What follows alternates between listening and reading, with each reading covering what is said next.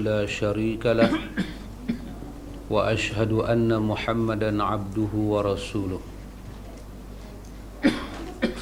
اللهم آتي نفسي تقواها وزكيها أنت خير من زكاها أنت وليها ومولاها آمين أما بعد إخوة الإيمان إخوة في الدين أعزكم الله وأحبكم في الله الحمد لله ثم الحمد لله.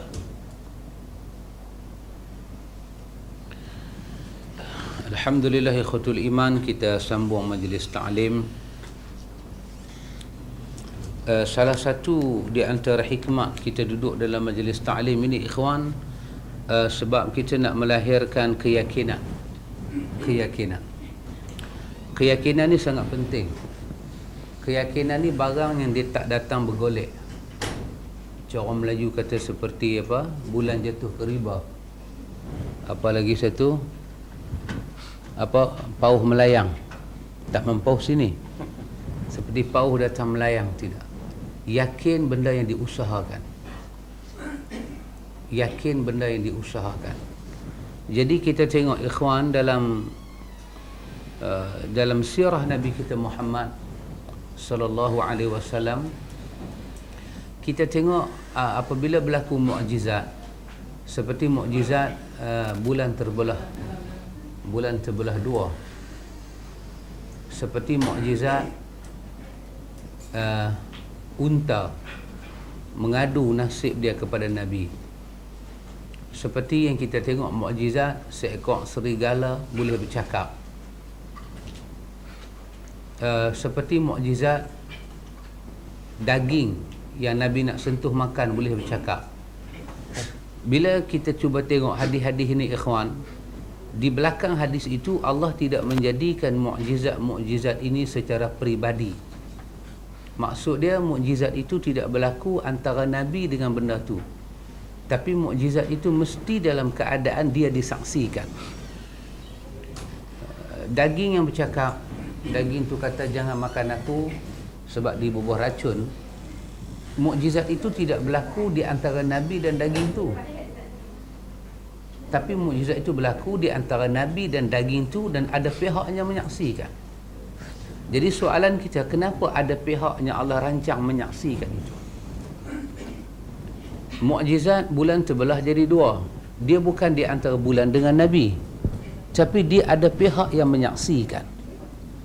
Jadi soalan kita, kenapa ada pihak yang Allah takdirkan menyaksikan? Allah jadikan serigala boleh bercakap kepada satu Yahudi. Allah tak jadikan serigala itu dengan Nabi, tapi Allah jadikan Yahudi ni dengar serigala itu bercakap, lari ke Nabi, bagi tahu. Allah mentakdirkan apabila berlaku mukjizat ini akan ada pihak yang menjadi saksi. Pokok kurma yang memang dalam riwayat disebut pokok kurma yang bercakap, batang kurma yang menangis ketika Nabi tak berkhutbah di atas dia, Allah tak mentakdirkan tangisan itu Nabi seorang dengar, tapi Allah menentukan ada pihak lain dengar. Apa semua ini? Semua ini Allah rancang untuk menjadi suatu burhan, suatu bukti bahawa Muhammad itu sebenar-benarnya Rasul. Kenapa ikhwan? Kenapa Allah Ta'ala merancang demikian? Kenapa Allah Ta'ala nak membuktikan secara pelik-pelik dia adalah Rasul?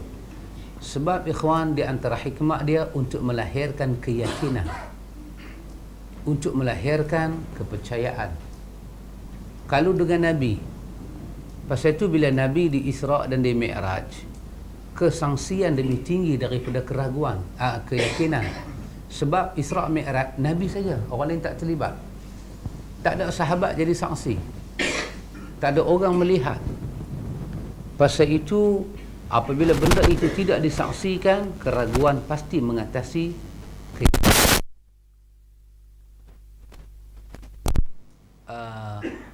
syariat-syariat Allah dalam bab akidah ini, ada bab apabila mata tak menyaksikan, telinga tak boleh mendengar, tetapi kalau hal itu datang daripada lisan Rasul, daripada lisan Al-Quran, kita diminta membajakan keyakinan.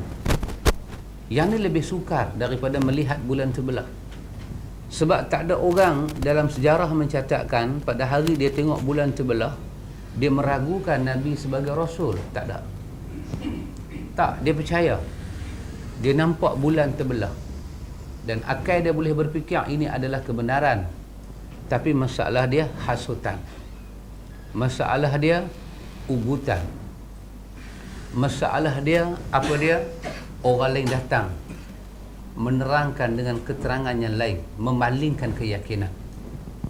Kerana itu ikhwatul iman, benarlah dalam tafsir kita mengaji bila Allah katakan zalikal kitabu la raiba fihi hudal lil muttaqin.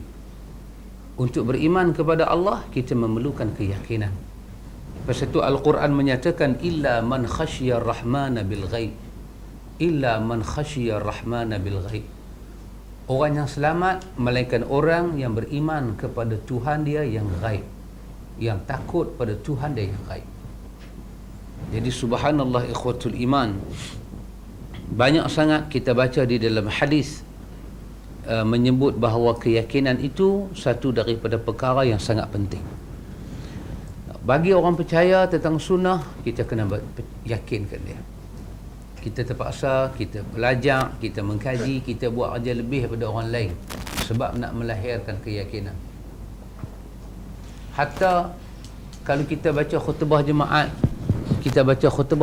tak pegang tongkat pun, susah kita nak percayakan dia bahawa pegang tongkat itu sunat, tak pegang pun tak apa.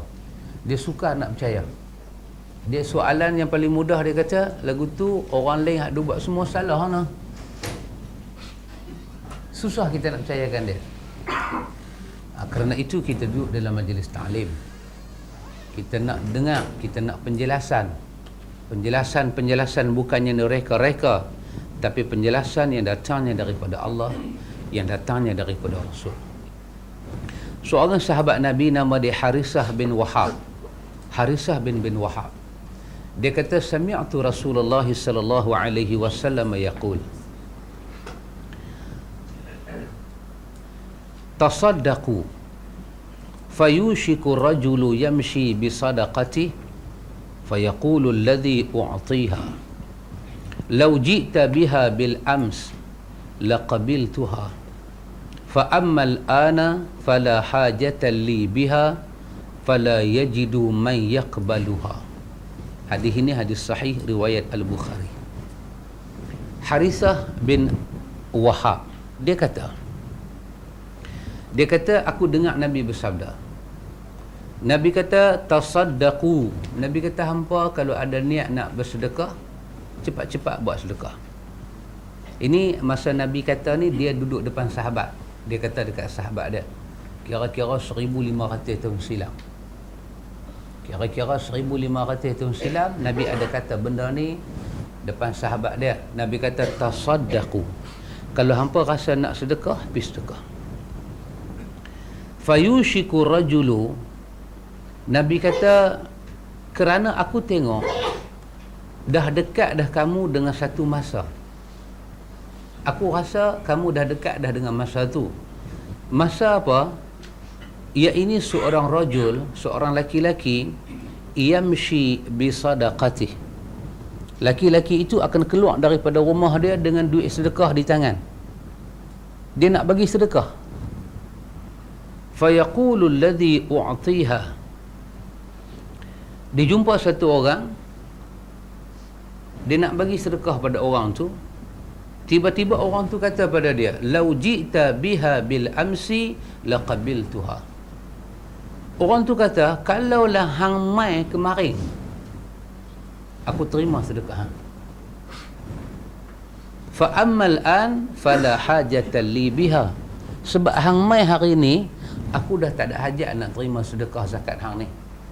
Kalau hang mai petang kemarin, hang mai belah petang ke, mungkin aku adalah orang yang layak terima. Tapi kerana menjelang satu waktu aja, dia lambat sikit. Kawan tu kata, aku dah tak boleh terima pasal aku sudah kaya. Kata dia, fala yajidu man yaqbaluha. Orang tu pun tak tahu siapa boleh terima sedekah dia. Semua orang pakat cakap macam tu. Hadis ini hadis Imam Bukhari. Tak tahulah zaman tu boleh ada ke, boleh tak ada ke. Tetapi yang cakap itu Nabi. Kita belajar untuk yakin.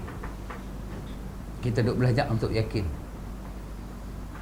Akan datang satu masa tu tak tahulah siapa memerintah pun tak tahu, parti apa perintah pun tak tahu. Tapi yang ni akan ada. Kira-kira benda ni akan ada sebelum Dajjal keluar. Dajjal akan keluar. Dabbatul ardi akan keluar, menatangnya melata. Ya'jud Ma'jud akan keluar. Matahari ke sebelah barat akan jadi. Tapi sebelum tu semua, yang ni jadi dulu. Satu orang keluar nak bagi sedekah, mungkin dia baru baca bab sedekah. Dia nak bagi sedekah, kawan tu kata, kalau hang mai ni belah petang kemarin, aku boleh terima. Tapi yang ramai hari ni pasal apa? Aku dah kaya. Tak tahu siapa merintah masa tu, dia bagi rakyat dia kaya. Oh dahsyat. Kita pun teringin nak tengok pemerintah macam tu. Kan? Lah perintah 2 butir, negeri pasir 2 butir. Tak apa, berhenti dekat tu. Ikhwatul iman. Ikhwatul iman. Jadi tujuan kita belajar ni ikhwatul iman adalah untuk percaya. Adalah untuk yakin. Nabi kita Muhammad sallallahu alaihi wasallam dalam hadis daripada Abdullah bin Bishr. Dalam hadis Abdullah bin Bishr. Hadis ini riwayat daripada Imam Tabrani. Tetapi Syekh Nasaruddin Albani kata hadis ini adalah sahih. Iaitu kata dia, Nabi bersabda, Nabi kata, walladhi nafsu Muhammadin biyadih la yuftahanna alaikum ardul farisa war-rum hatta yuktharu at-ta'am fala yuzkar ismallahi alaihi. Ini lagi satu hadis. Nabi kata, walladhi nafsu Muhammadin biyadih. Nabi kata, demi Allah yang nyawa Muhammad Allah pegang. La yuftahanna alaikum ardul faris war-rum. Nabi kata negeri Faris, negeri Parsi, negeri Rom. Dua negeri ni Nabi kata apa? Benak-benak akan duduk di tangan orang Islam. Dua negeri ni Nabi kata akan dibuka oleh orang Islam. Mungkin dah jadi ataupun mungkin akan jadi, tak tahu lagi. Zaman Umar Al-Khattab kata bidayah wa nihayah, orang Islam umat memegang 2/3 dunia. Adakah masuk Rom dengan Parsi? Lebak dia sampai situ. Lebak dia sampai situ. Zaman Nabi tak. Zaman Abu Bakar tak. Tapi zaman Osman sampai ke situ. Sampai benua Afrika. Nabi kata la yuftahanna alaikum ardul faris war rum. Akan dibuka bumi Faris dan bumi Rom. Akan dibuka. Hatta yuksarat ta'am. Sehinggalah masa tu Nabi kata punya banyak makanan ni tak tahu nak abang. Makan ni punya banyak tak tahu nak abang. Sampai peringkat banyaknya kita duk makan, Nabi kata fala yuzkar ismallahi alaih. Tak ada siapa nak baca bismillah. Kalau dia tengok dia terbelik balik mata. Dia terbelik, oi sedap ni. Dalam duk sedap-sedap, Lena terus makan. Bismillah tak ada. Bismillah tak ada, takkan alhamdulillah dan tak ada bismillah. Hadis ni riwayat At-Tabrani. Syekh Nasaruddin Albani kata hadis ni adalah hadis yang sahih. Dah jadi ke tak jadi ke wallahu a'lam. Tapi ini keluar daripada lidah Nabi. Sahih matan dia, sahih sanad dia. Hak kita duk belajar ni apa dia? Belajar nak percaya. Belajar nak percaya. Belajar nak percaya Nabi kata tu betul. Satu masa tak ada orang nak baca bismillah. Esok berlaku kiamat, nak berlaku kiamat. Tanda-tanda dia semua dahsyat-dahsyat punya tanda. Ya'juj Ma'juj nak keluar. Macam mana makhluk ni tak tahu. Ya'juj Ma'juj sebasai Dajjal sebasai. Ada lagi satu sebasai, dabbatul ardi. Dabbatul ardi ni satu menatang melata. Dia ni ada masalah. Apa masalah dia? Dia pantang tengok orang beriman lalu. Dia jadi musuh pada orang beriman. Dia jadi musuh. Ada ulama kata, bila menatang ni keluar, tempat yang mula dia nak terekam adalah Bukit Safa. Dia sakit mata tengok daripada usai tang situ. Dabbatul ardi, dia suka celah-celah berbukit. Jadi dia tengok Bukit Safa tu, dia teliak. Dia nak pergi tang situ. Dalam tafsiran hadis tu, ulama kata sampai pada peringkat dia nak masuk Mekah, nak masuk Mekah sampai ke bumi Taif. Kalau ada di situ dia tahu dikebumikan orang Islam, dia nak korek. Dia ni satu penyakit. Nabi namakan dia dabbatul ardi, menatang yang melata di atas muka bumi. Satu lagi penyakit duk mai. Semua ni Nabi yang cakap. Besok dan dekat-dekat betul-betul nak kiamat, ada lagi satu masalah pula. Masalah satu kelompok manusia. Pasal dalam hadis Tirmizi kata kiamat takkan berlaku selagi mana di atas muka bumi ni ada orang duk kata Allah, Allah, Allah. Masih ada orang sembahyang, orang puasa, ibadat, zakat, Allah takkan hancur. Quran kata apa? Selagi wa anta fihim, selagi hang Muhammad duduk tengah depa, aku tak boleh turun azab ke depa. Bila Nabi dah wafat, azab mula turun. Ada satu puak bila dekat-dekat nak kiamat, depa kata apa? Depa kata adrakna aba'ana ala hazihil kalimah.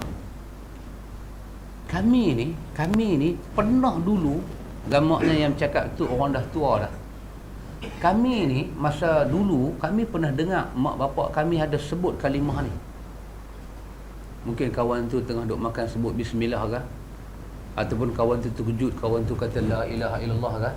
Dia kata kami dulu masa mak bapak kami ada, kami pernah dengar kalimah ni, adrakna aba'ana ala hazihil kalimah. Mak bapak kami ni dulu macam biasa ajaklah kalimah ni. Wa naqulu, kami pun ada biasa cakap dulu macam ni, lah tak cakap dah dulu. Tapi wala nadri, kami tak tahu apa. Hadis Ibnu Majah kata masa tu baru Allah datangkan fitnah-fitnah ni. Matahari terbit sebelah barat, Ya'juj Ma'juj mula keluar. Bila sampai peringkat orang Islam dah tak boleh sebut kalimah Islam dah. Wallahu ta'ala a'lam. Masa tu kita baca pula tadi dalam hadis ni, hadis Abdullah bin Bishr daripada Haris bin Wahab tadi, dia kata masa tu punya kaya raya, zakat pun tak mau terima. Makan punya banyak. Makna dia Tuhan bagi air hujan emas perak, bukan hujan air ni. Bila hujan orang pakat tak ada guni, pakat turun emas, turun belian. Saya ingat rokok pun tak hisap ke time tu. Rokok pun nanti mai satu macam, rokok emas hisap tak habis. Nikmat punya banyak. Dalam nikmat tu manusia tak pernah lupa makan, tak pernah lupa minum, tak pernah lupa apa. Dia terlupa Tuhan. Ada perasan tak satu lagu? Tadi duk apa lupa dah. Nak cerita tadi kan. Ada satu lagu, lupa dah ni. Apa dia, dalam diri dia sangat baik. Dia kata, wahai Tuhanku, ampunkanlah aku banyak lupa engkau. Kau tempatku mengadu. Dia duk main dah ingat dah. Kau tempatku mengadu, kau tempatku meminta, kau bagi aku bahagia, tapi maafkanlah aku yang banyak aku lupa kat engkau. Berlaku kiamat masa tu. Jadi kita duk belajar ni khutul iman, nak percaya yang tu. Nak percaya kata Nabi Muhammad ni satu orang yang sangat benar. Nak belajar yang tu. Kan kita baca hadis baru ni dalam Riyadhus Salihin. Apa kata sahabat Nabi? Siapa dia? Anas. Anas kata apa? Anas kata, hampa tak duduk zaman Nabi, hampa duduk dengan aku. Tapi kalau hampa duduk zaman Nabi, kalau semua sahabat Nabi masih hidup ramai lagi, hampa pun join sama, lagu ni punya perangai hampa, Nabi kira hampa ni lah pembuat dosa besar dan jahat. Tapi zaman hampa, yang zaman Nabi dianggap dosa besar, zaman hampa anggap punya ringan, lebih ringan daripada rambut. Pada hampa tak ada apa. Tapi di sisi Nabi dan sahabat, apa yang hampa buat ni minal mubiqat, daripada benda yang akan bagi rosak agama hampa. Zaman mula berubah. Dalam Riyadhus Salihin juga kita akan jumpa lagi satu hadis. Orang mengadu pada Anas bin Malik tentang Hajjaj bin Yusuf Al-Thaqafi. Mengadu. Anas kata apa? Anas kata, hana adu apa?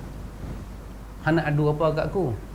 Dia kata dia macam ni, dia macam ni. Anas kata, sami'tu min nabiyikum sallallahu alaihi wasallam. Aku dengar daripada Nabi hampa sendiri, zaman yang akan datang lebih jahat daripada Hajjaj pun ada. Zaman Anas, rakyat tak boleh terima jahatnya Hajjaj bin Yusuf. Padahal mereka cukup jahat dah ni. Anas kata, lepas ni Nabi kata, tumbang satu jahat, nanti bangkit lagi jahat. Tumbang satu jahat, nanti bangkit lagi jahat. Matinya satu orang beragama, akan lahir orang yang lebih kemas agama dia. Matinya satu orang yang faham agama, akan lahir satu orang yang lebih faham daripada kawan yang mati. Tapi jahat pun macam tu juga. Kata ana sami'tu hadza min nabiyikum. Benda ni aku dengar daripada Nabi. Subhanallah. Apa yang kita lalui ini semua Nabi ada cakap dalam hadis. Jadi kita duk belajar, duk percaya ni, hari-hari duk percaya hak Nabi kata ni. Baik, ikhwatul iman, malam ni kita sambung muka surat 107. Kita masuk dialog antara kaum Jahmiyah. Ini Imam Abu Hasan Al-Asy'ari nak cerita pada kita satu dialog dengan kaum Jahmiyah. Apa di antara makna dia, yang mereka tanya, yang kita jawab, ataupun yang kita bagi soalan pada mereka dan kita meramalkan jawapan. Dia kata, dikatakan kepada mereka, ini masih di bawah bab apa? Al-Quran itu adalah kalam Allah, bukannya makhluk. Imam Abu Hasan ni punya duk bagi hujah-hujah bertubi-tubi, hujah naqli, hujah aqli, macam-macam hujah dia bagi.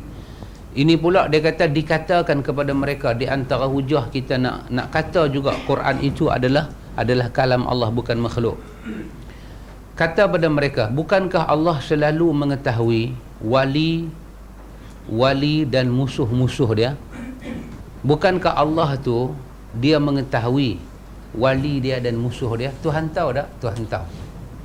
Tentunya mereka akan jawab, ya benar.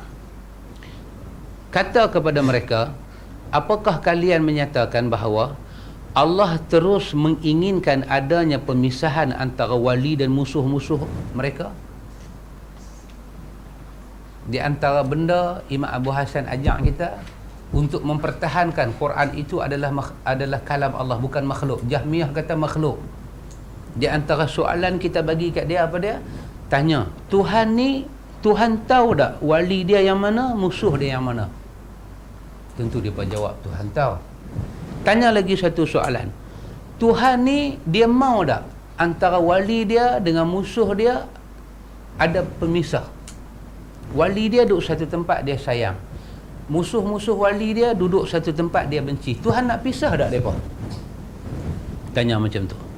Jika mereka jawab ya, kalau mereka kata memanglah, kata kat mereka, maka kembali ditanya pada mereka, jika kehendak Allah sentiasa ada dan bukan makhluk, lantas mengapa kalian tidak menyatakan bahawa Quran juga bukan makhluk? Tengok nah, macam tak boleh faham macam kan? Macam tak boleh faham. Baik, benda yang kita nak cakap ni, benda tu mai dari mana? Bukan mai daripada kemahuan kita ke? Boleh tak satu orang tu bercakap, dia bercakap tapi dia dalam keadaan dia tak mau cakap, dia tak ada ingat, tapi word tu keluar?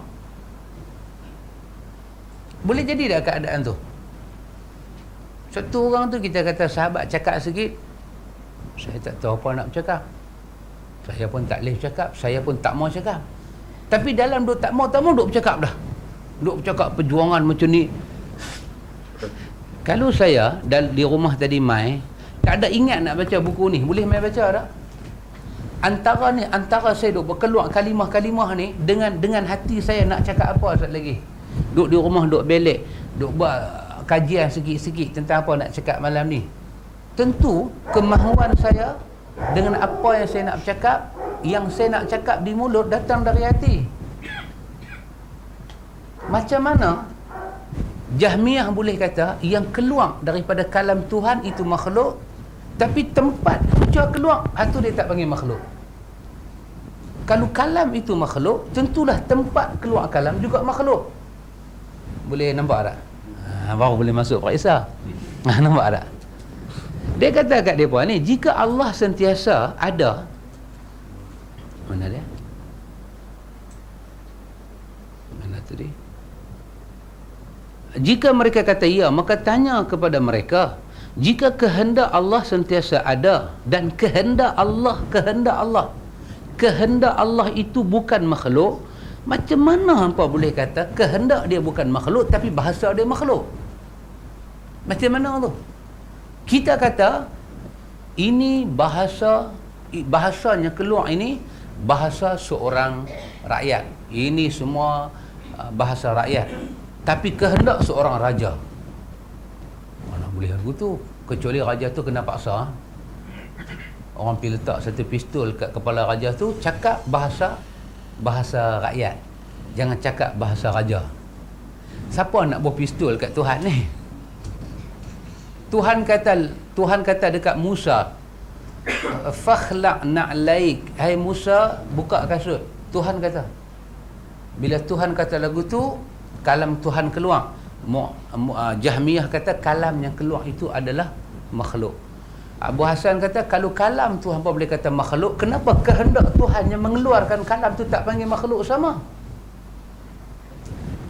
Mungkin Jahmiyah jawab, kalau kehendak Tuhan makhluk, dengan Tuhan lah jadi makhluk. Abu Hasan Asy'ari kata, inilah apalah hamba ni. Hampa berani kata bahasa tu makhluk, tapi hampa takut nak kata sumber keluar itu bukan makhluk. Kalau macam tu, dengan hampa kata kalam itu makhluk, hampa juga menghukum sumber tempat keluar itu makhluk.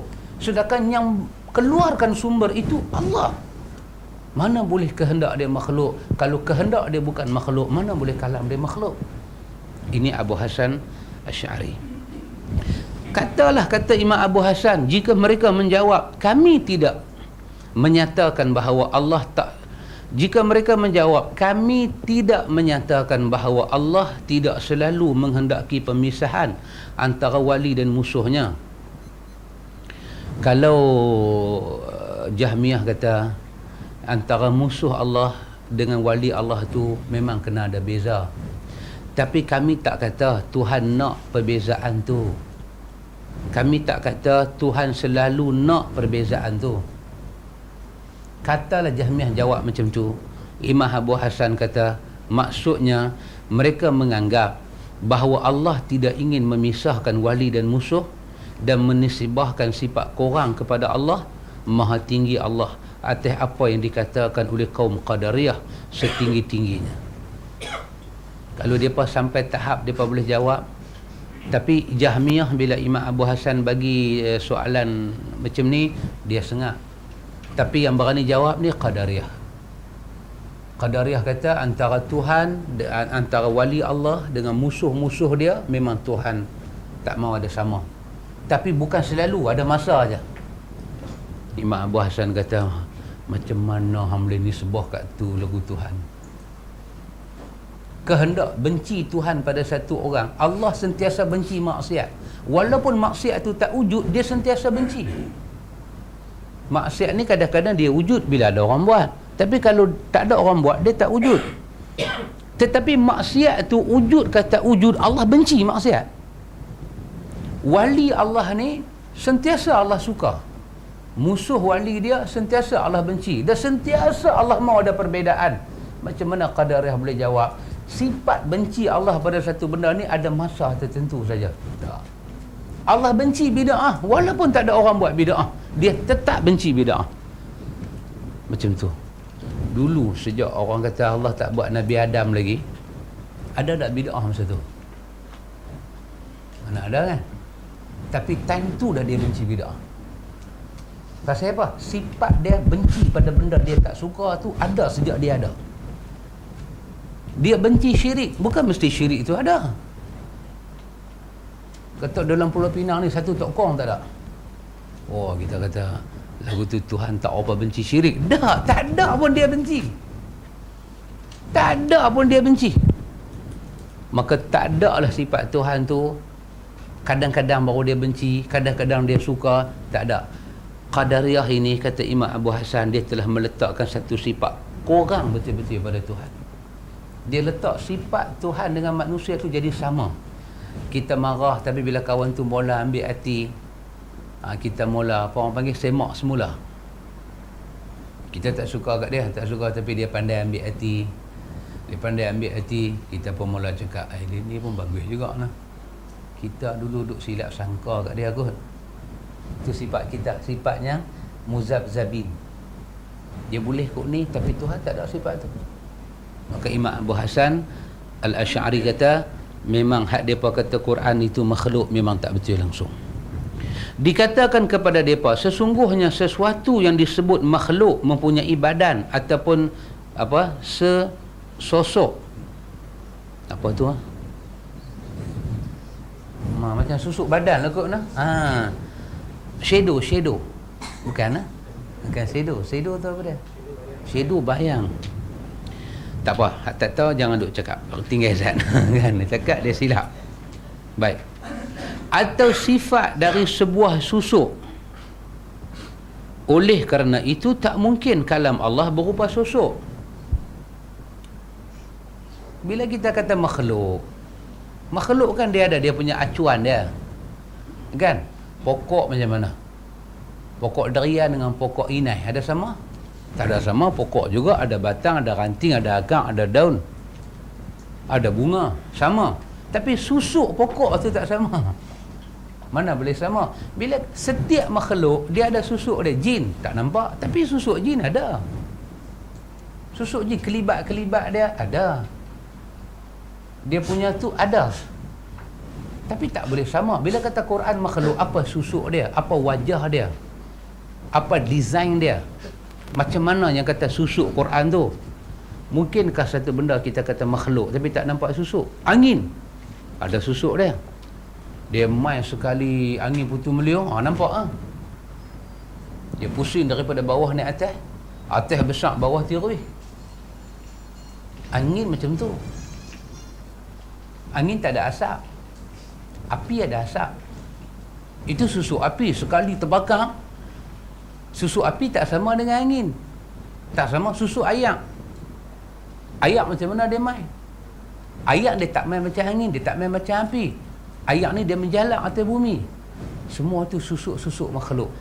Yang kata susuk Quran ni macam mana kalau Quran itu makhluk?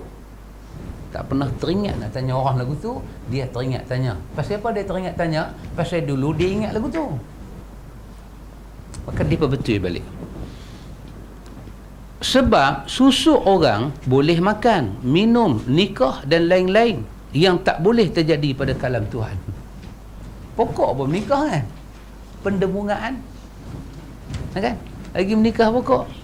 Ambil benih tu, campur benih ni, apa panggil apa? Tut. Tut dia panggil. Kalau ini saya tut taksi. Ini tut dia panggil. Kan? Dulu apa? Bukan kata ni makanan, minuman pun orang bagi kahwin. Apa Neslo Milo dengan apa? Nescafe. Neslo tu pergi menikah lah tu. Campur dua. Mai anak dia Neslo. Ni tengok. Neslo. Daripada semua makhluk dia ada fitrah yang sama. Ni Quran ni macam mana ni kalau orang kata makhluk, dia nak piduk dalam orang kata ayu jins ni, dia nak piduk dalam jenis mana ni, spesies mana ni, jins dia tu jenis mana, nak piduk tak mana? Kata Imam Abu Hassan, apalah hampa cakap macam ni, hampa ni merepek, dia kata. Kalam Allah tidak boleh berupa salah satu daripada sifat seorang makhluk, kerana sifat tersebut dalam sekejap mata boleh hilang dan tidak mempunyai sifat kekal. Hal ini tidak bererti bahawa kalam Allah akan sirna, pudar dan berlalu. Benda-benda lagu ni semua memang dead expired. Habis expired date kan, dead expired yang betul. Dead expired lah. Expired. Oh silap saya sebut sama ni lah. Boleh. Jadi ikhwatul iman, Quran ni adakah hari hilang dia? Adakah masa hilang dia? Tak ada. Jadi Quran bukan makhluk. Ketika kalam Allah tak boleh berupa orang dan juga tak boleh berupa sifat seseorang, bererti juga tak boleh berupa makhluk, sebab seseorang itu akan mati. Makhluk mati. Ambil ayat punya ayat mati. Ayat tak pasang. Ayat pasang, ayat surut. Orang tu hanya bahasa, ni ayat surut. Ayat surut tu lepas pasang. Ayat pasang sebelum surut. Lepas tu orang tu kata ayat ni pasang pun tak, surut pun tak, ayat mati. Tengok.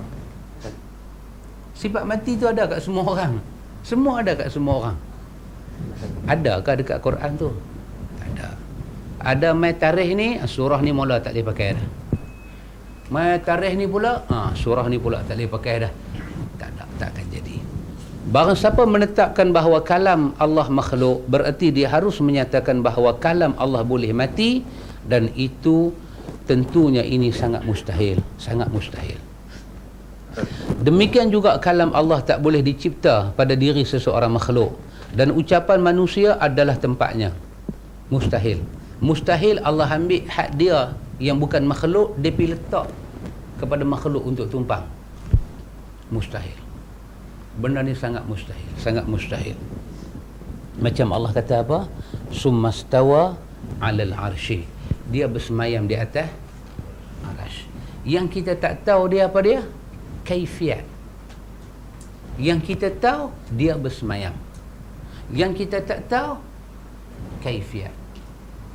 Pasal apa kita tak tahu kaifiat? Pasal antara Tuhan dengan makhluk, dengan arasy dia kan beza. Tuhan adalah pencipta, makhluk adalah arasy. Takkan Tuhan menumpang makhluk? Takkan Tuhan menumpang makhluk?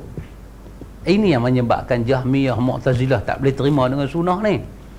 Tuhan itu dia kata qadim, tiba-tiba dia duduk bersila di atas arasy. Takkan Tuhan yang qadim menumpang pada makhluk dia? Kita kata tak. Kita beriman dengan ayat Allah. Apa dia? Summastawa 'alal 'arsy. Allah bersemayam. Jadi apa yang kita jahil tentang ayat tu? Kaifiyatu. Macam mana benda tu boleh di apa? Orang putih panggil synchronize. Nampak apa? Synchronize. Saya bila buka cerita mata, muka orang lain tak nampak, dapat kat pah kan? Itu problem mata, saya kena picek lepas ni. Kan? Kita nak bercentum ayat tu. Tak tahu. Kaifiat dia kita tak tahu. Dan mustahil kita tahu. Arasy itu makhluk dan Allah bersemayam di atas arasy. Yang ni kita tak boleh guna otak Mu'tazilah. Kalau guna otak Mu'tazilah, mana mungkin Tuhan bersemayam? Tapi ayat itu menyatakan benda ni ada jadi. Tapi ayat itu memansuhkan kaifiat. Dan tidak wujud mana-mana ayat menafsirkan kaifiat ayat ini. Tidak wujud. Yang adanya summastawa 'alal 'arsy. Lepas dia buat langit dalam masa 6 hari, dia buat semua dah habis siap dah, dia buat bumi langit semua dalam masa 6 hari, maka dia bersemayam di atas arasy dia. Macam mana yang kata bersemayam tu? Macam mana bersemayam, cara bersemayam, time bila dia pergi semayam, semuanya dia tak cerita. Di sini kita tak boleh cerita dan kita tak boleh gambar kod-kod macam ni. Kalau kita duk kod-kod, kita dah meletak sifat tak elok kat Tuhan, dan itu satu dosa. Kita tak boleh campur. Kita hanya boleh kata macam dia kata. Sebab dia kata dan dia tak bagi apa-apa penjelasan. Dia minta apa, kita beriman dengan dia. Pasal tu Imam Malik kata apa dia? Wal imanu bihi wajib. Beriman dengan ayat ni wajib. Wasu'alu anhu bid'ah. Duk tanya, boleh ke? Sedangkan ayat tu kata ada, tapi tak cerita ada dia macam mana. Beriman dengan ayat tu wajib, duk pergi selongkak adalah bid'ah. Kata Imam Malik apa dia? Wal kaifiyatu majhul. Cara dia itu yang kita tak tahu, tapi beriman dengan dia adalah wajib. Imam Malik kata, tolong hambat kawan yang duk tanya kat aku. Dia kata hambat kawan tu keluar. Imam sunnah pernah hambat orang-orang macam ni. Imam Abu Hasan yang kita duk belajar ni, dia duk cerita benda tu pada kita lah ikhwan. Demikian juga kalam Allah tak mungkin dicipta pada diri seorang makhluk. Oh, tak mungkin. Iblis ni makhluk ke tak? Makhluk. Habis yang keluar daripada mulut dia kita nak kata apa? Kalam Tuhan juga. Kan? Kalau semua makhluk ni pakai kalam Tuhan, iblis tu dia cakap apa? Kalam Tuhan? Oh, mustahil. Tuhan pergi pinjam kalam Tuhan dekat makhluk yang dilaknat dan terkutuk ni. Oh, mustahil. Kalam Tuhan, kalam manusia adalah kalam manusia, tidak boleh disamakan.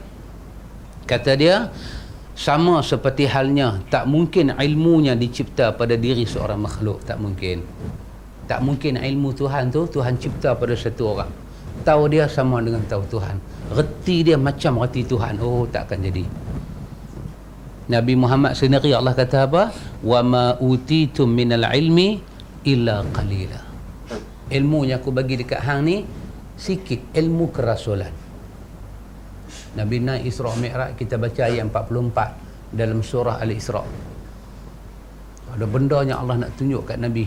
Nabi naik.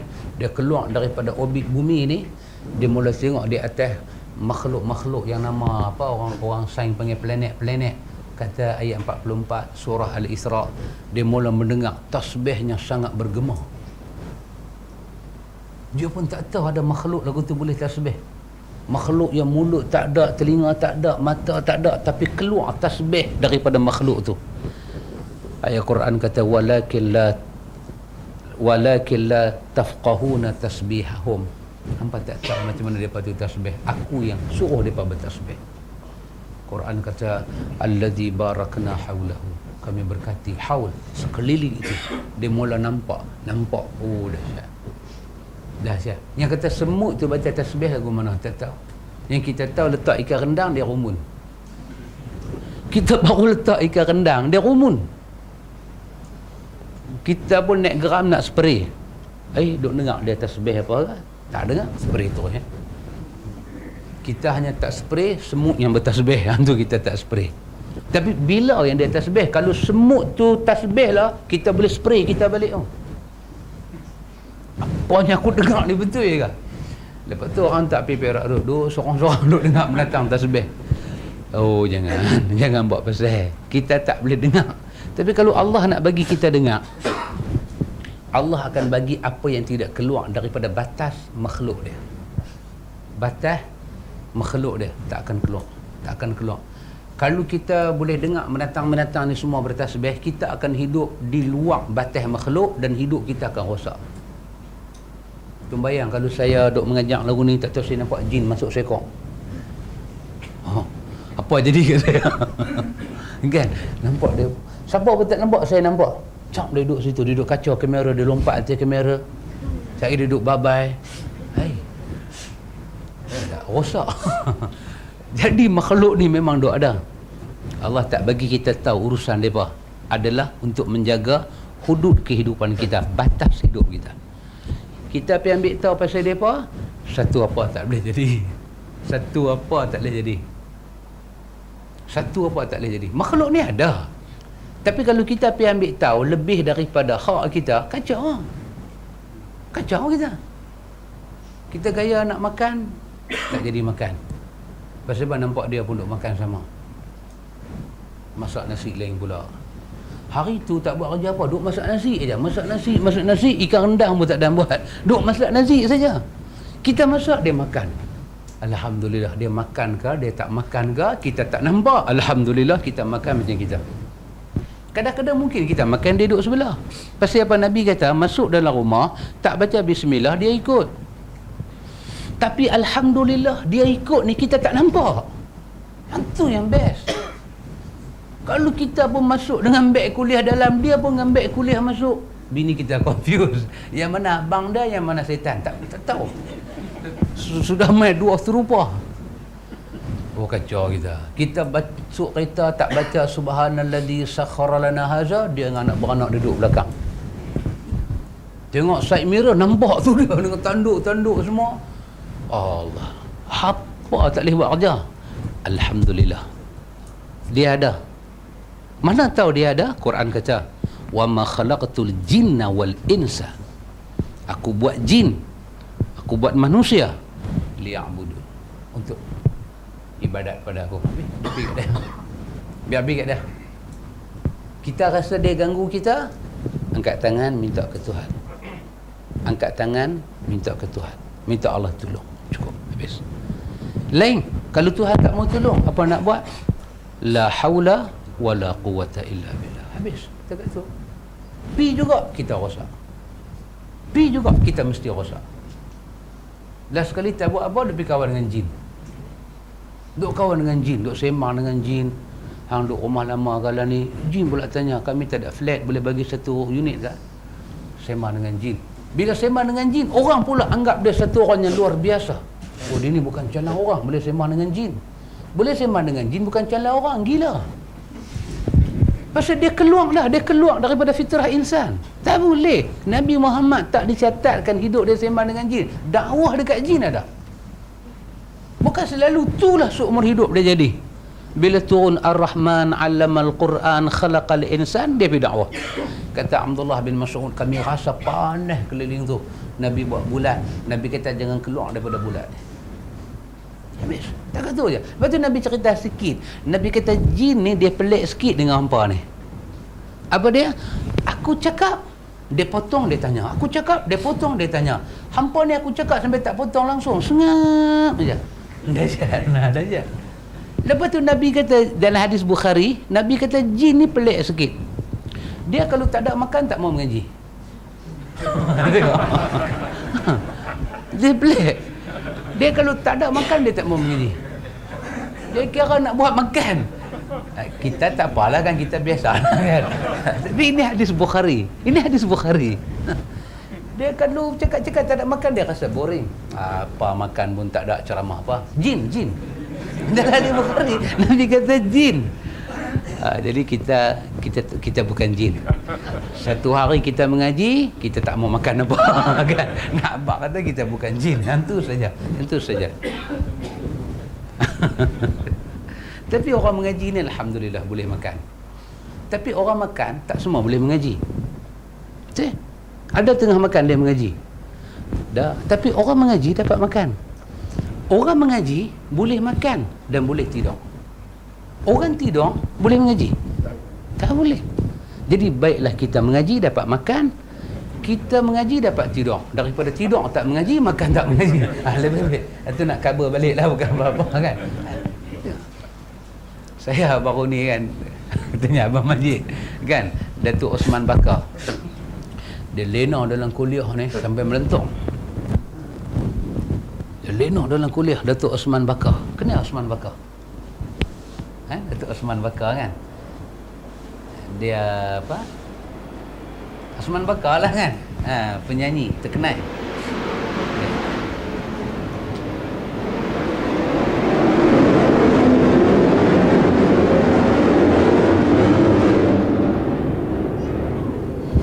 Baik, ikhwatul iman,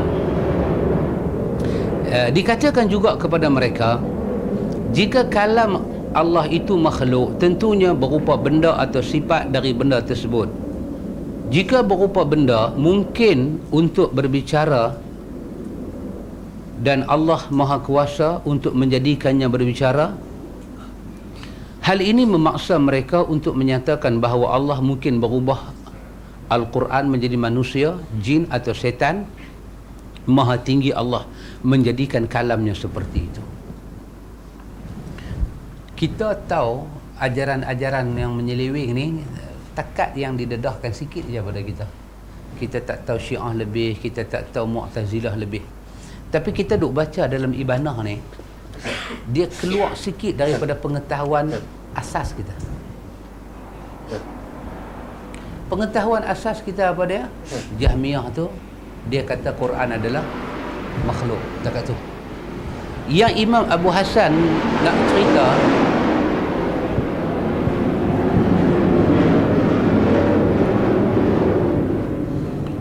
yang Imam Abu Hasan nak cerita,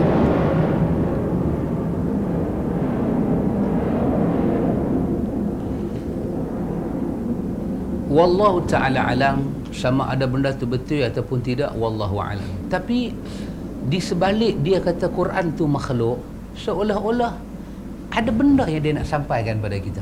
Tapi dia bermain dengan jalan agama. Dia ada benda yang dia nak sampai, kebatilan yang dia nak sampai oleh penaja ajaran-ajaran ni. Tapi dia start dengan ilmu. Dia start bincang pasal Quran, pasal Tuhan, dia lajak. Last sekali dia kata Quran itu bukan makhluk. Quran itu bukan makhluk. Imam Abu Hasan tanya dia, kalau Quran bukan makhluk, Quran itu apa? Kalau Quran itu makhluk, bukan kalam Allah, Quran itu makhluk apa? Makhluknya boleh berubah dari satu keadaan ke satu keadaan. Allah pinjamkan kalam daripada makhluk. Makhluk Allah ni banyak, binatang, jin, malaikat, syaitan, iblis, banyak makhluk Tuhan. Jadi apanya hang nak tujuan hang kata Quran itu Quran itu adalah makhluk, bukan kalam Tuhan? Apanya hang nak kata? Adakah hang nak kata Tuhan ini mengubah kalam dia kepada syaitan, kepada jin? Ada tukar hajat hang. Bila sampai pada ayat-ayat macam ni, Mu'tazilah dengan Qadariyah ni sengap. Ini apa? Jahmiyah dengan Qadariyah ni sengap. Dia sengap. Bila sampai tahap tu dia sengap. Dia tak mau nak apa yang Imam Abu Hasan kata. Hang nak bagi tahu kata apa? Hang nak bagi tahu kata Quran itu boleh berubah. Kalam Allah tu boleh berubah daripada kalam Allah jadi makhluk, dan makhluk ni ada perubahan, boleh berubah jadi manusia, jadi jin, jadi baik, jadi buruk, jadi diterima, jadi ditolak. Adakah tu kemuncak anak abang? Dia gelak. Dia diam, dia gelak. Seolah-olah dia diam dan gelak tu macam dia nak membenarkan apanya Abu Hasan duk ingat tu macam betul. Tapi dia sengap. Kita ada boleh fikir ke ada satu ajaran nak pergi sampai tahap tu? Kita tak fikir. Tapi dia boleh pergi. Duk tak duduk daripada petik kita tepi jalan, duk ninong, tukar baju, pakai baju hitam, pakai celak hitam, duk kita lagi. Oh, main satu tahap, orang pasan kah muzik mengheret anak Melayu jadi black metal? Tak ada boleh ingat. Kemuncak black metal ni bukan masuk juara lagu. Kalau yang tu satu pasal. Kalau masuk juara lagu dapat duit, boleh hantar mak dia pergi umrah, satu bab. Ni kemuncak jadi black metal ni ambil darah minum. Menyanyi, ambil Quran balin, kencin, jijak, koyak. Berkelok lidah macam setan, jampi serapah, mengaku kita adalah Tuhan. Adakah orang boleh ingat daripada petik kita api macam tu? Tak boleh ingat. Abu Hasan Asy'ari kata, hampa hati-hati dengan puak ni. Dia boleh pergi satu tahap, dia nak bagi tahu kepada kita apa dia, agamanya hampa anuti ni adalah pembohong. Tak boleh percaya kawan. Tak boleh percaya. Tapi yang tu yang kita duk belajar lah ni. Tengok Imam Abu Hasan punya duk ajar. Jika kalam Allah sifat sebuah benda, bererti Allah Maha Kuasa untuk menjadikannya bentuk. Kalau Quran ni bukan kalam Allah, dia benda. Kalau benda, Allah berkuasa bentukkan benda tu dalam apa wajah dia nak. Hal ini memaksa orang-orang Jahmiyah menyatakan Allah boleh menjadikan Quran bentuk benda yang berbentuk. Makan, minum, berubah menjadi manusia lalu mematikannya. Tentunya hal ini tidak mungkin ada pada kalam Allah. Maha tinggi Allah atas demikian itu. Itu dia lah. Dia punya duk cerita. Masuk tajuk bab yang ketiga. Bab yang ketiga, ini semua Imam Abu Hasan duk cerita jawapan-jawapan kita nak bagilah. Kalau orang kata Quran tu makhluk, ambil lah daripada banyak kita duk belajar ni, ambil satu, ingat, jawab balik. Ni pula kita nak baca ni muka surat 109, dia nak bawa fatwa-fatwa imam-imam sunnah menghukum orang yang kata Quran itu makhluk. Apa hukuman dia, Pak? Ini juga satu bab yang penting. Boleh baca ke dengan izin? Kena minta izin. Tak boleh tak minta izin. Baik. Riwayat yang tercantum dalam Al-Quran. Abu Bakar berkata, bukan Abu Bakar As-Siddiq, ini nama ulama tabi'in.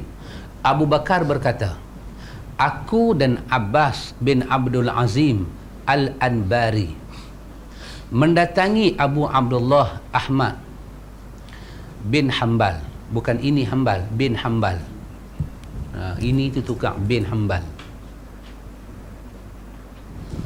Mereka dua orang ni, Abu Bakar dan Abbas bin Abdul Azim Al-Anbari, mereka pergi jumpa Imam Ahmad bin Hanbal. Gelaran Imam bin Hanbal, gelaran dia Abu Abdullah. Imam Ahmad ni ikhwan, secara peribadi ada satu benda kita belajar kat dia. Satu benda apa dia? Dia mati meninggalkan kitab musnad. Nama dia Musnad Ahmad bin Hanbal. Allah bagi kat dia anak laki-laki nama Abdullah.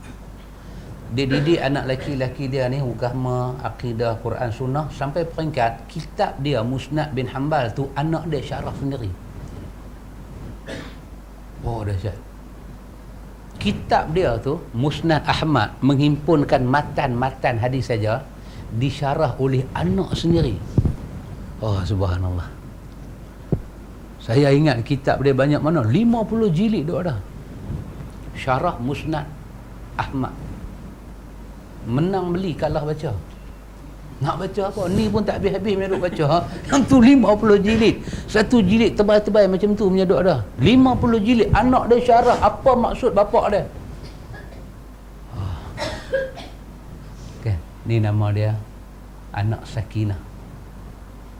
Anak yang mendatangkan bahagia dekat mak bapak dia. Tak ramai ustaz-ustaz Allah anugerahkan macam tu. Kita pergi rumah dia, tengok kitab dia ni, Allahu Akbar, satu kontena kita Arab, tapi anak dia semua sekolah orang putih. Oh, kesian. Pergi pula lagi sekali, tengok dia meninggal pula dah. Tok guru ni meninggal. Bila tok guru ni meninggal, kitab satu kontena tu, depa pakat duk tanya nak buh kat masjid mana ni. Oh, kesian. Tak lah, kesian lah. Tapi kita harap tak jadi kat kita lah betul. Kesian. Okey, baik. Depa dua orang ni, Abu Bakar dan Abbas bin Abdul Azim Al-Anbari, depa mai dekat Imam Ahmad bin Hanbal. Kemudian Abbas bertanya kepada Abu Abdullah, ni gelaran dia, Abu Abdullah. Depa tak panggil Imam Ahmad, depa panggil Abu Abdullah.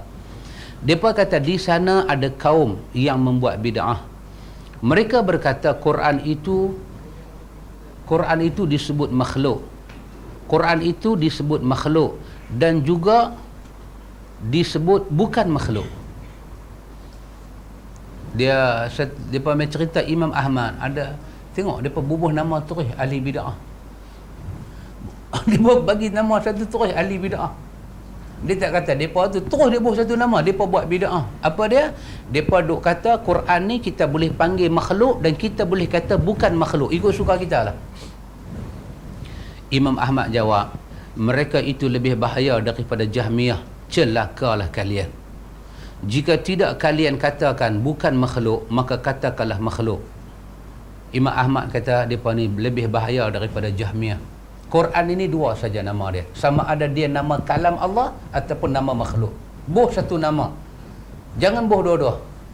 Hang nak panggil apa? Ahlu sunnah panggil kalam Allah. Ahlu sunnah panggil kalam Allah. Hang nak panggil apa? Bubuh satu nama. Dan aku nak bagi satu hukum. Kalau kita kata Quran ini kalam Allah pun boleh panggil, makhluk pun boleh panggil, Imam Ahmad kata celaka kalian. Abu Abdullah kata mereka adalah kaum yang buruk.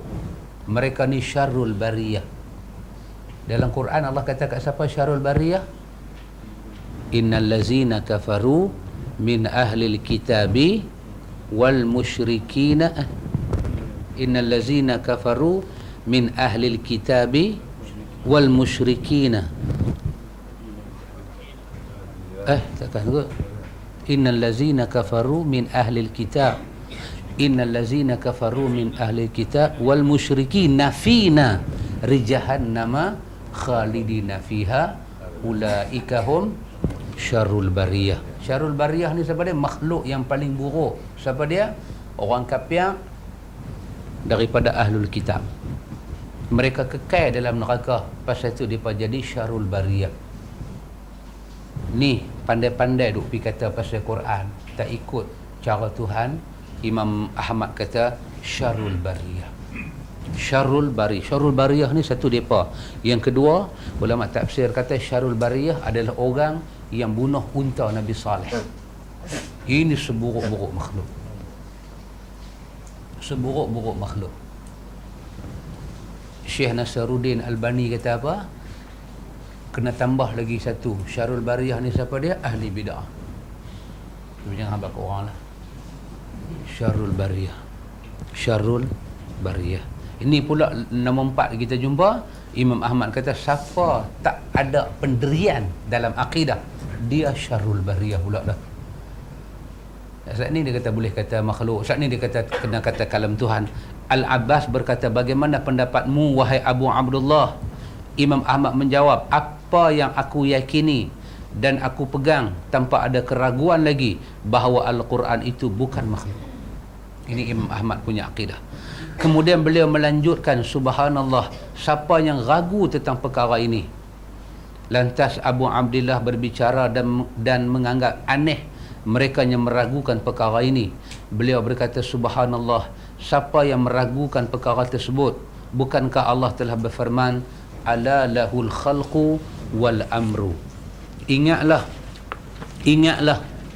menciptakan dan memerintah hanyalah hak Allah. Ingatlah, yang menciptakan dan memerintah adalah hak Allah.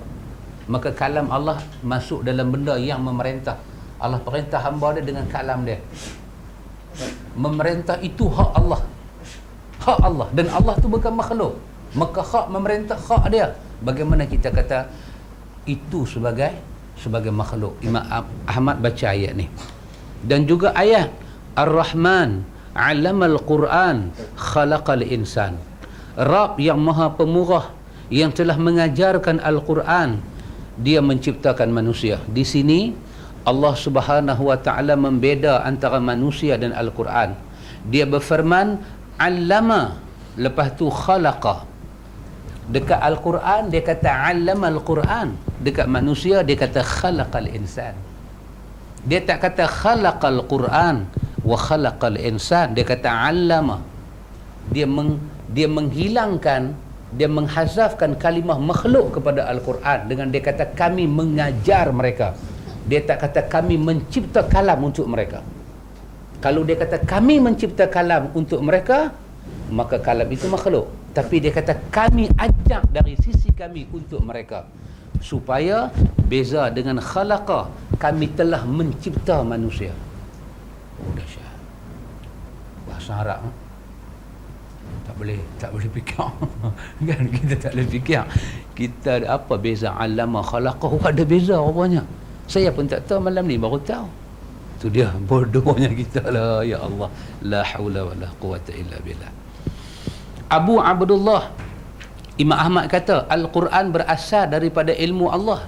Tidakkah anda melihat dia berfirman dalam Al-Quran tentang nama-namanya Azza wa Jalla, apa yang mereka katakan tentang nama Allah? Bukankah mereka kata bahawa nama-nama Allah bukan makhluk? Allah sentiasa maha kuasa, maha mengetahui, maha perkasa, maha bijaksana, maha mendengar, maha melihat. Kita tak pernah meragukan bahawa nama Allah itu bukan makhluk, dan kita tidak meragukan bahawa ilmu Allah bukan makhluk. Al-Quran berasal daripada ilmu Allah, dan di dalamnya terdapat nama-nama Allah.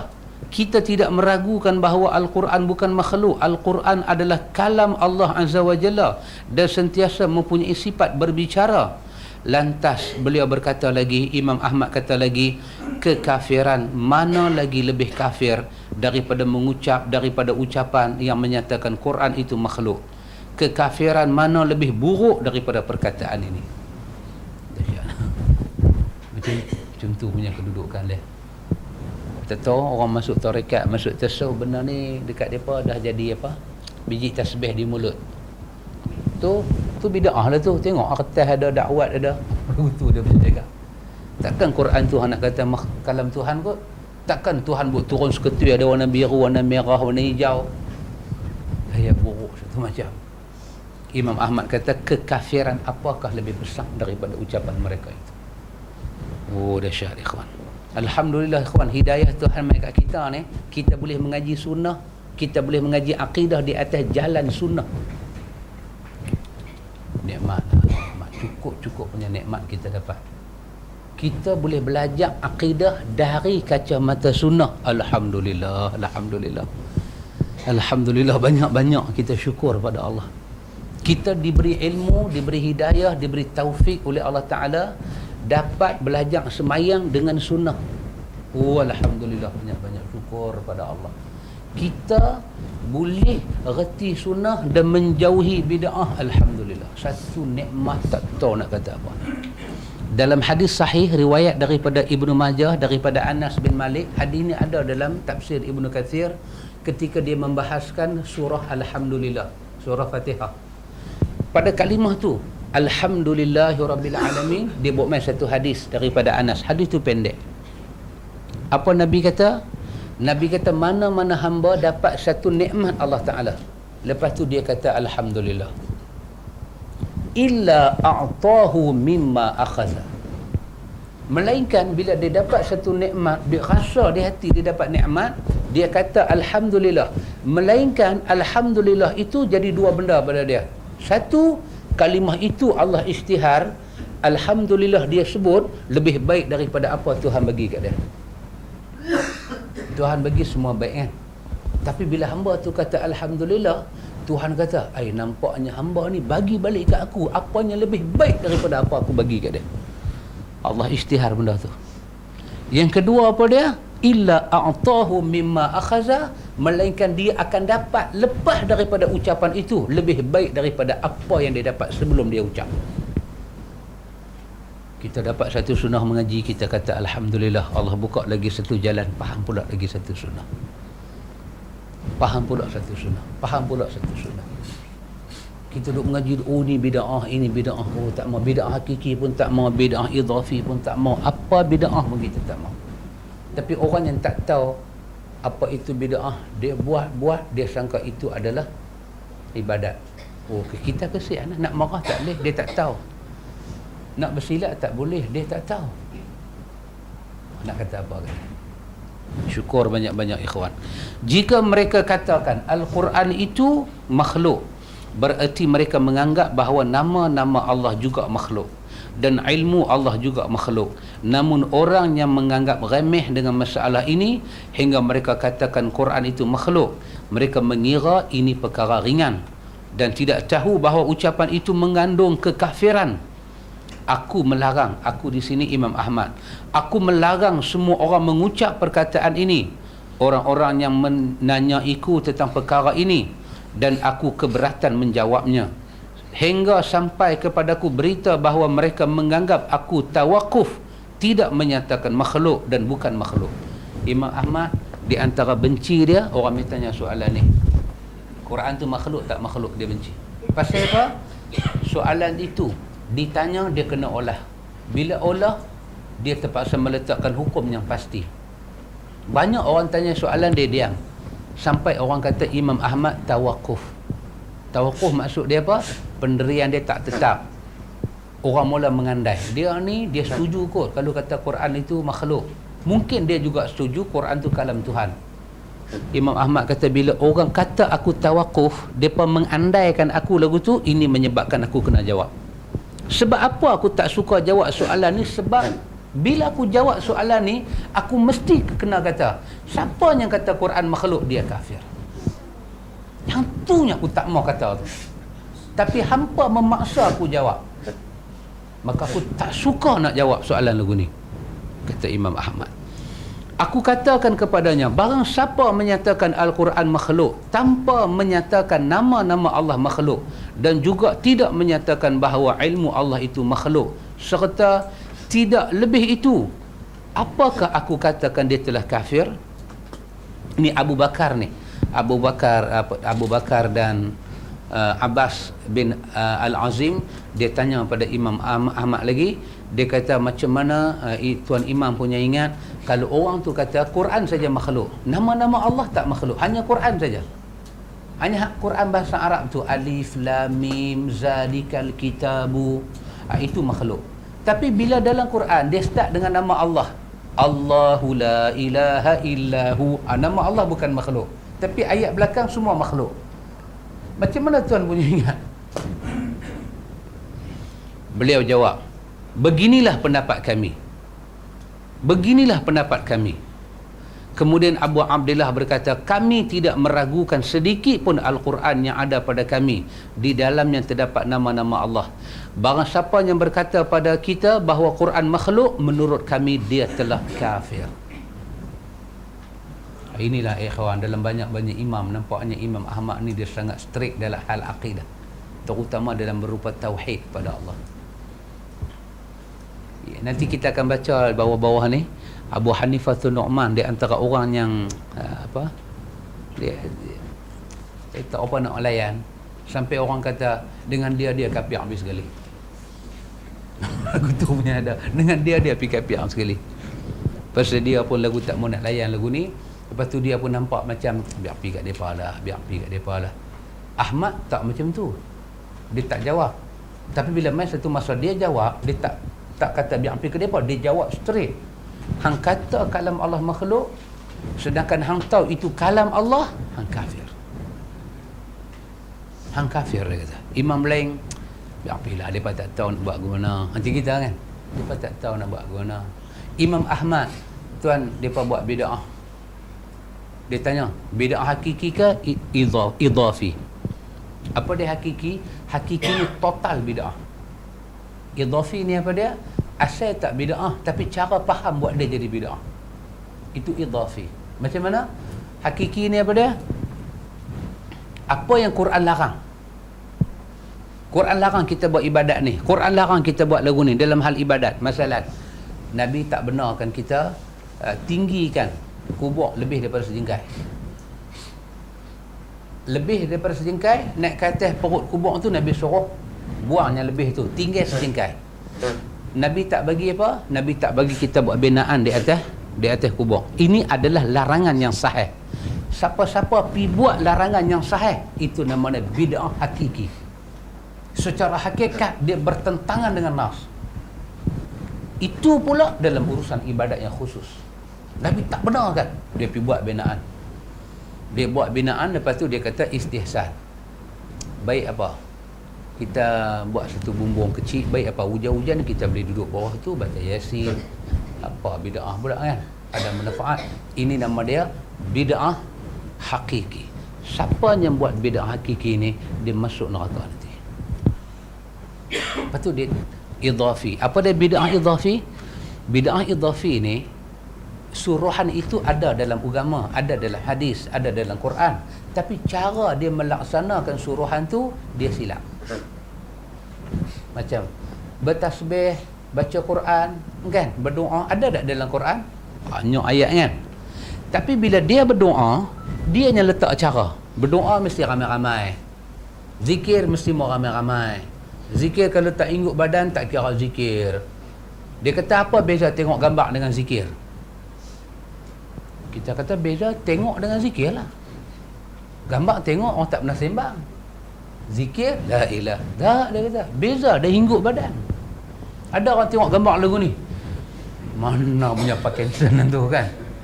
Orang tengok gambar straight, tapi bila berzikir tak boleh straight, dia kena hinggup badan. Baru beza dengan tengok gambar.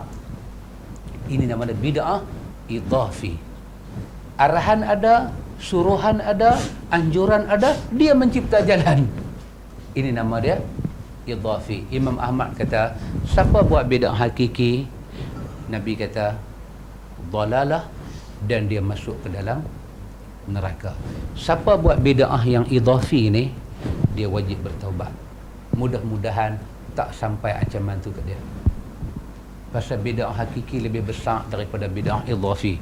Tapi mukmin bukan kata hakiki, idhafi pun dia tak buat.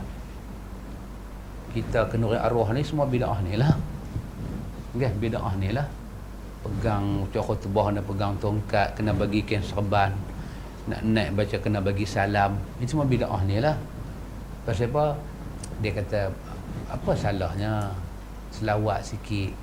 Banyak ayat Quran suruh selawat. Allah pun selawat, malaikat pun selawat, tak tahu khatib tak mau selawat. Cara dia faham tu idhafi. Idhafi dalam bahasa Arab maksud dia apa? Dia tambah. Dia idhafah. Dia sendiri pibuh sandaran-sandaran yang tak tentu hala. Bid'ah macam ni banyak. Banyak. Tapi antara hakiki dengan idhafi, kalau kita berada dalam keadaan yang kena tolak ansur, kita tolak ansur dengan idhafi tak apa lagi. Hakiki tak boleh. Pasal apa? Hakiki melanggar sempadan, melanggar peraturan. Langgar total. Idhafi ni dia tak langgar cara hakikat. Cuma dia tambah. Hakikat tu ada. Doa, zikir, tasbih, semua ada. Tapi dia nak bagi Assalamualaikum kiri kanan, habislah semayang. Dia tak puas hati selagi tak raya kuat-kuat subhanallah, subhanallah. Dia kata bergema tasbih, malaikat turun daripada langit. Dia jadi lebih daripada Nabi. Nampak malaikat turun. Malaikat turun daripada langit. Doa kita naik sampai Sidratil Muntaha. Dah jadi Isra Mi'raj dah. Dia kata selagi tak buat lagu tu, dia tak puas baca doa ini semua. Balak dia, doa pun tak mahu. Dia marah. Dia marah. Ini kalau kita berada pada tahap kena tolak ansur, terpaksa tolak ansur, yang idhafi ni tak apa lagi. Tapi yang hakiki ni jangan tolak ansur. Tak satu pendirian, tuan jangan buka satu pintu ke neraka. Jangan buka satu pintu ke neraka.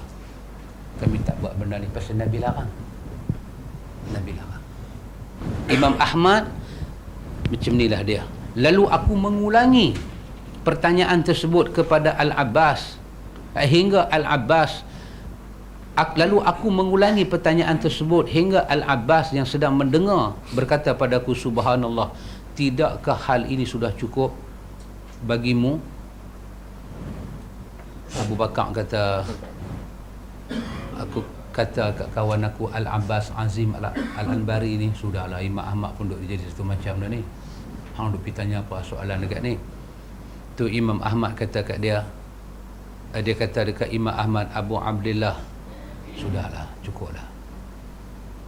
Nak tambah pun boleh lagi. Cukuplah. Dia kata sudahlah.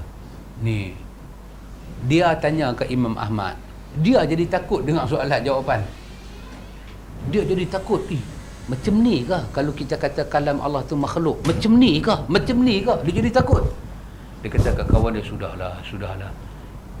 Kata dekat Abu Abdillah, wahai Abu Abdillah, subhanallah, tidakkah hal ini sudah cukup bagimu? Hang duk pi kata dia pasal dalam ni cukup kah? Tampak macam kasar. Imam Ahmad kata, ya, ajal. Maksud dia apa? Tak. Lebih dalam pun aku boleh cerita lagi ke hamba betapa ini satu kekafiran. Depa yang tanya nak takut, depa rasa silap kita pergi tanya ke Imam Ahmad. Silap tak silap, itulah agama, itulah kebenaran. Nak silap apa? Kita yang tak ada hati nak terima kebenaran. Ada satu kawan dia, satu bahasa saya rasa sedap lah dia kata, tapi saya duk fikir tak dapat lagi. Dia kata,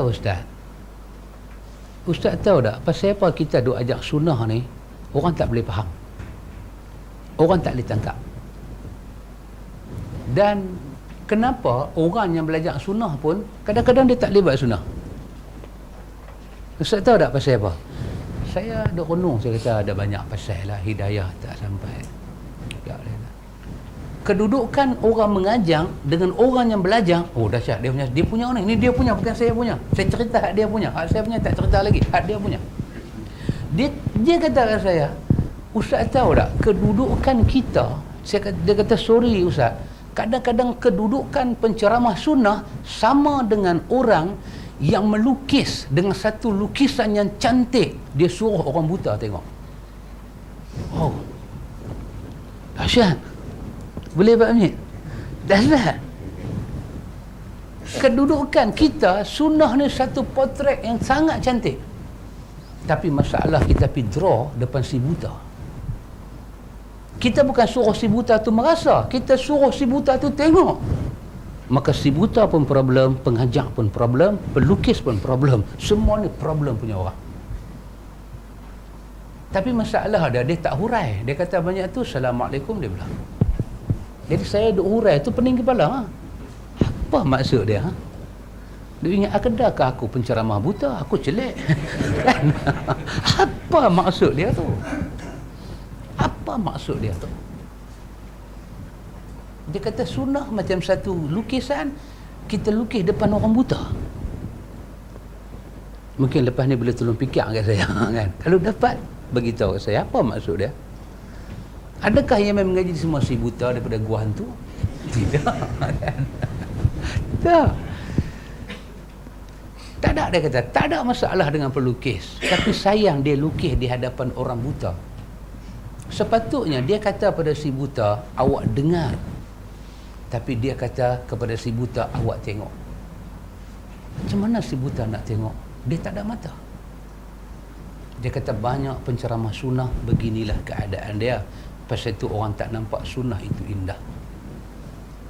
Saya boleh repeat word dia tu, tapi saya pun tak boleh faham dalam dia kata tu. Kan memang saya buta perut terus juga, tak boleh faham ataupun apa sebenarnya. Tapi saya kongsi dia kata tu, saya kongsi. Subhanallah, subhanallah. Baik ikhwatul iman. Al-Husain bin Abdul Awal. Saya berhenti dekat ni. Al-Husain bin Abdul Awal. Ni apa pula cerita tentang orang yang masih menyatakan Quran itu adalah makhluk. Imam Ahmad dia kata apa? Kekafiran, dan satu kekafiran yang sangat buruk, dan orang itu syarul bariyah. Ni kita tengok pula dia pergi tanya kepada Al-Waqi'. Waqi' ni siapa dia? Tok guru Imam Syafi'i. Dia pergi jumpa tok guru Imam Syafi'i, tanya soalan yang sama. Apa pula jawapan ulama sunnah ni? Kita tengok lagi sekali. Wallahu a'lam.